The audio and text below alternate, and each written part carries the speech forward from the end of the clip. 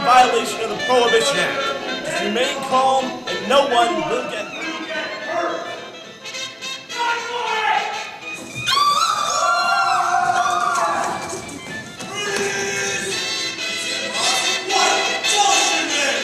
My name is Jack Daniels, and I'm smooth and blended.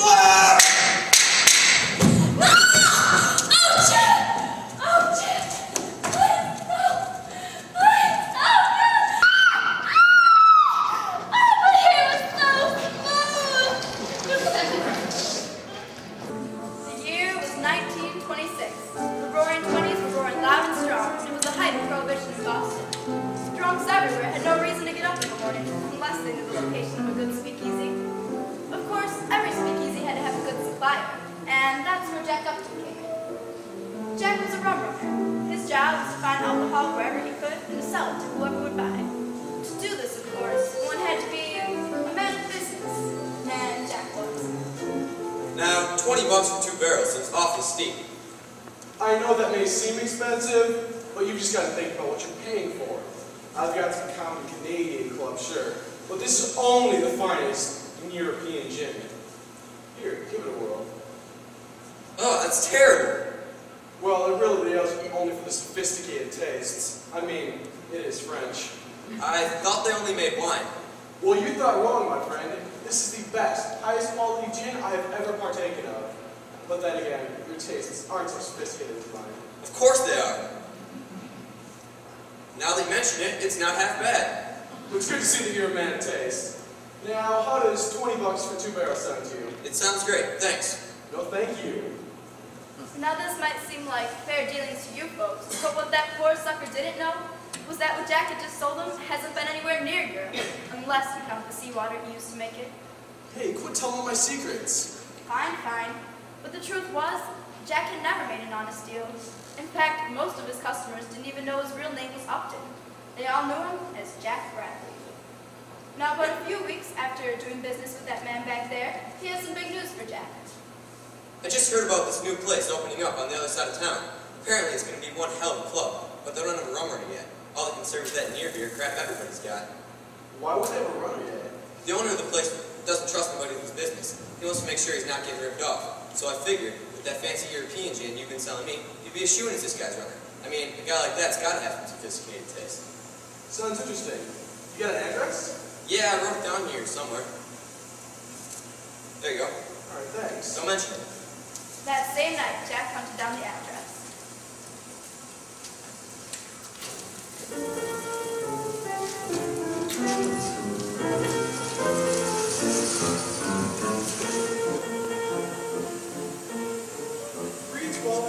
Jackson Avenue.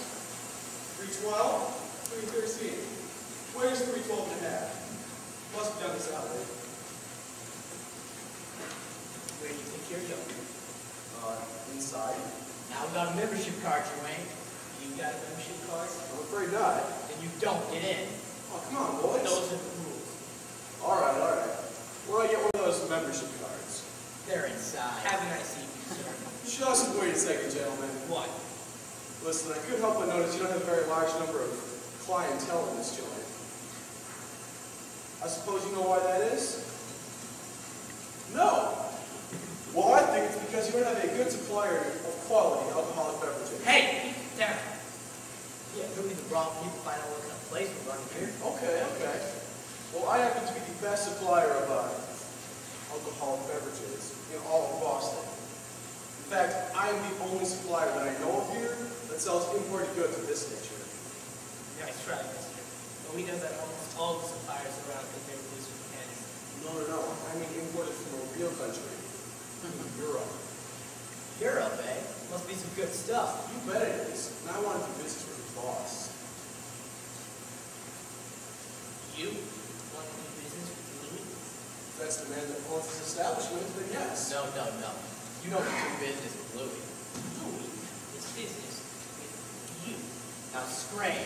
Have a nice evening, sir. What is it going to take for me to get in there and talk to your boss? A membership card. Listen, I'm going to go in there and I'm going to see if your boss will do business with me. Now let me through. Yeah, sure. Really? like your attitude. We're always looking for another tough guy around here. Come on in. Thanks, boys.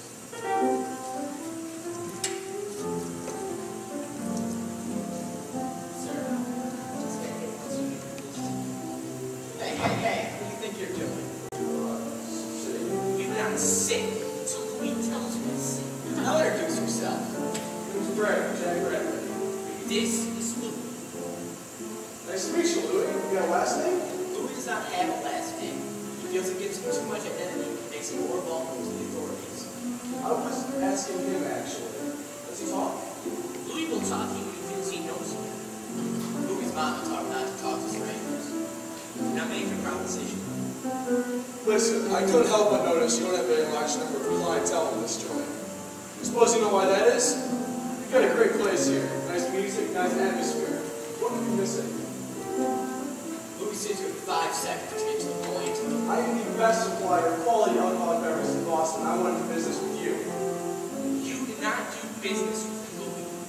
Louis does business. Louis says sit. I don't believe I was introduced to her. Her name's Sally. Louis does not like it when other men talk to or look at his girl. Louis is not insecure. He's just extremely jealous. All right. So, as I was saying, I am the best supplier of alcoholic beverages in all of Boston. My best product is gin, straight from the heart of France. Louis thinks only wine comes from France. Well, Louis, you're mistaken. Louis is never mistaken. I'm terribly sorry, sir. My mistake completely. My best product is gin from Switzerland, actually. That's where it's from. Anyway, I hope you'll agree to my standard starting price of $100 for 10 barrels. I know that may seem steep, but it's worth every penny. Louis has lowered the price, and you might think about it. I'm sorry, the starting price really is non-negotiable. If you want Louis to do business with you, you're going to have to change the policies. All right, $90 for 10 barrels. Still too much. 85 for all 10 then. 80. $75. I'm losing money on the deal. Louis says you got yourself a deal. If anything, you prove you're good enough to be a supplier. Huh? He needs to make sure that he can respect you as a fellow businessman, and that he can trust you. Well, how do I put that to him? Only Louis can decide. Louis? Poker. 1 game, 5-card draw. You win, you get my business. I win, I throw you out and you never come within 2 blocks of this place again. Good? Good, I guess. If you guess, you might be wrong. It's good. Let's play. All right, Sally deals. Hey, don't you think we gotta shuffle those first? Do you think that I'm trying to cheat, Mr. Bradley? Oh, no, I assure you, Jack, that I am not a cheater. I'm just trying to make sure the same is true for you. Hold on, then.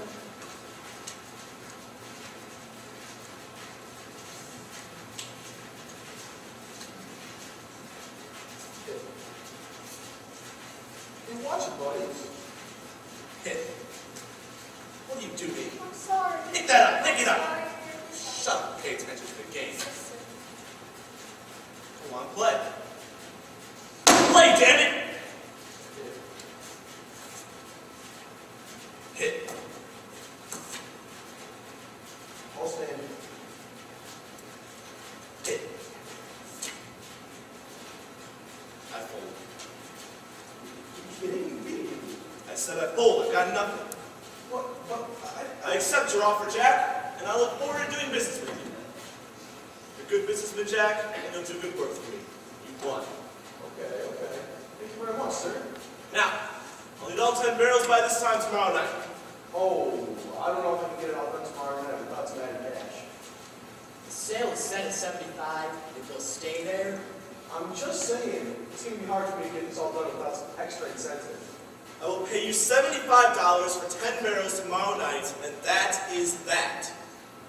all right. We'll be seeing you tomorrow. Hang on. I need this to get back in. Membership card. Thanks. thanks. Don't mention it. Make sure you're on time tomorrow. Have a nice evening, sir. And remember, Louis does not like to be kept waiting. That same night, another salesman was looking for the big score down at Louis. His name was Charles Sinclair. Evening, folks. My name's Charles Sinclair. Well, my friends call me Chuck. I'm the only supplier of clear, cool, all-natural Canadian spring water in this great city of Boston. But if you ask me nicely and throw in some extra dough, I might tell you something a little less all-natural and a lot more intoxicating. Now, Mr. Sinclair was not nearly as suave as he would have you believe, however. In terms of customers, Chuck has quite a handful. But when he's not making a sales pitch, he finds himself rather tongue-tied. In other words, Chuck hasn't had much luck with the ladies. Not much luck at all. I just can't ever seem to say the right thing. A little advice, Mr. Sinclair. If a woman asks you if she looks all right, always say yes. Now, unlike Jack, Chuck is an honest tradesman. He goes up to Canada once every 2 weeks and brings back a few barrels of water, which he sells to the rich folk in town. The remaining barrels are filled with whiskey, which he sells at a fair price to anyone who's willing to do business with him. Guards at the Canadian border look forward to my drives every other Wednesday. Right. So as I was saying, Chuck was looking to sell his product down at Louis the same night Jack was. But Chuck got there a little late. And what he did find was a whole lot sweeter than any business deal. Ladies and gentlemen, Chuck meets Sally.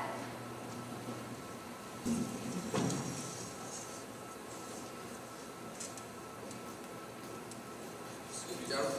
Your excuse. All right, go inside, please. You got a membership card? Can't say that I do. Then you don't get in. Look, can I please just get inside? I was hoping your boss would be willing to do business with me. You want to do business with Louis?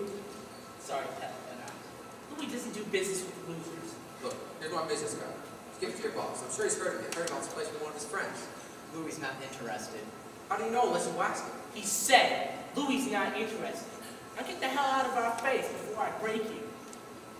Fine. Gave up pretty easy. What do you wanted? Hey! Where you going so quick, little lady? Yeah, why don't you stay in town with us for a while? Get out of my way. Did you hear that? She's trying to boss us around. She's only been here a few weeks. Please. Please what? Please tell Louis you think you can tell us what to do. Please let me through. There she goes again. It's like your mom forgot to teach you proper manners, young lady. Let her go. Uh-oh, little loser's getting upset. Oh, we told you to leave. You didn't leave. You should have listened to us. Now we're gonna have to break your face. Come on. Yes, yeah. Woo!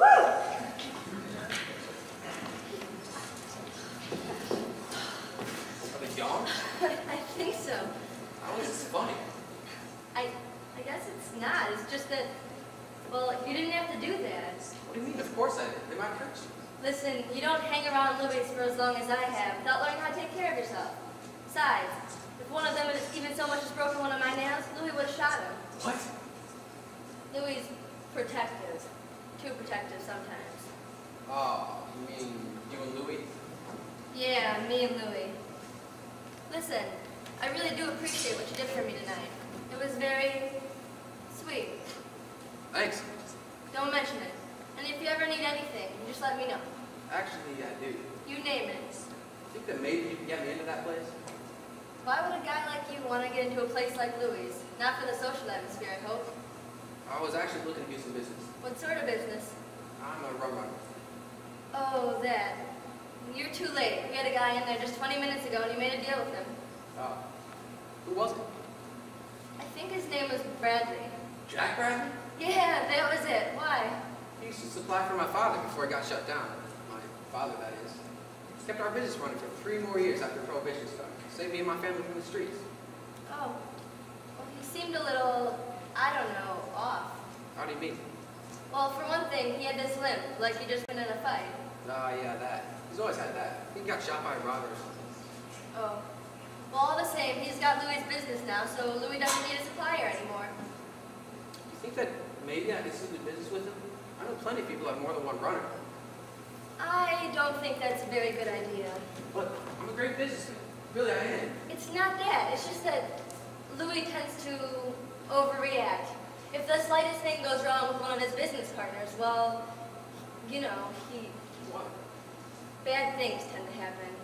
So, you mean if I manage to piss off Louis, he might kill me? No, I mean he will. Yeah. Well, second thought, just forget about it. I figured as much. Look, I'd better be going. If Louis' goons manage to catch up with us, we could both be in a lot of trouble. But thanks again. Wait a second. I don't think I have a copy there. Sally Upton. Sally Upton. Mine's Charles Sinclair.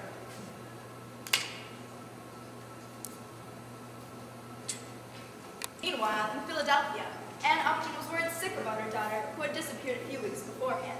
But Anne thinks she might have a lead. My no-good, dirty, rotten, good-for-nothing husband kidnapped her, I know it.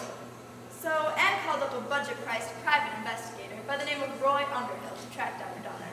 Are you sure, Mrs. Upton, that your daughter did not just run away? Why in God's name would she do a thing like that? I've given her food, clothes, and a roof over her head for 19 years, and I'm her mother. How dare you accuse my daughter of betraying me? Gee, I'm sure sorry, Mrs. Upton. That's better. Ladies and gentlemen, Anne's theory. My husband Jack is a lowlife. He made his living by defrauding and swindling honest people. Hey, you do what you're good at, you know? Then one day, about 20 years ago, Jack just disappeared, leaving me black broken with a baby girl in my arms. I see. Then, starting when Sally turned about 10, Jack started sending these letters every month, telling her to come visit her in Boston. Did she? Of course not. No daughter of mine would be caught dead near such human slime. I see, human slime. Now tell her everything you read these letters, Mrs. Upton. Well, no. May I ask how you kept them from her? Well, after I found the first one, I simply told Sally never to pick up the mail, and she never did. She's such a sweet, obedient girl. Right. Well, back to your husband. Right. I think that Jack came to get Sally to go live with him in Boston. You don't think she would have gone along willingly? No. Sally understands what Jack did to us. He left us with no money and no way to fend for ourselves. Why, she hates him almost as much as I do, and she's never even met him. So you think she's in Boston, then? I'm sure of it. Okay. Might you any pictures of your husband you might be able to use to identify him with? No, I disposed of them soon after he left. I beg your pardon. I burned him, okay? Well, I'll make the trip to Boston then, and I'll start searching tomorrow. Thank you ever so much, Mr. Underhill, and please hurry. I don't know how much longer I can stand being without my Sally. I'll certainly do what I can, Mrs. Upton. I'll discuss this when I get back. With your daughter, of course. So Roy went to Boston the next day to start his search. We'll pick up the story a few minutes before Roy manages to track Jack to Louis' place.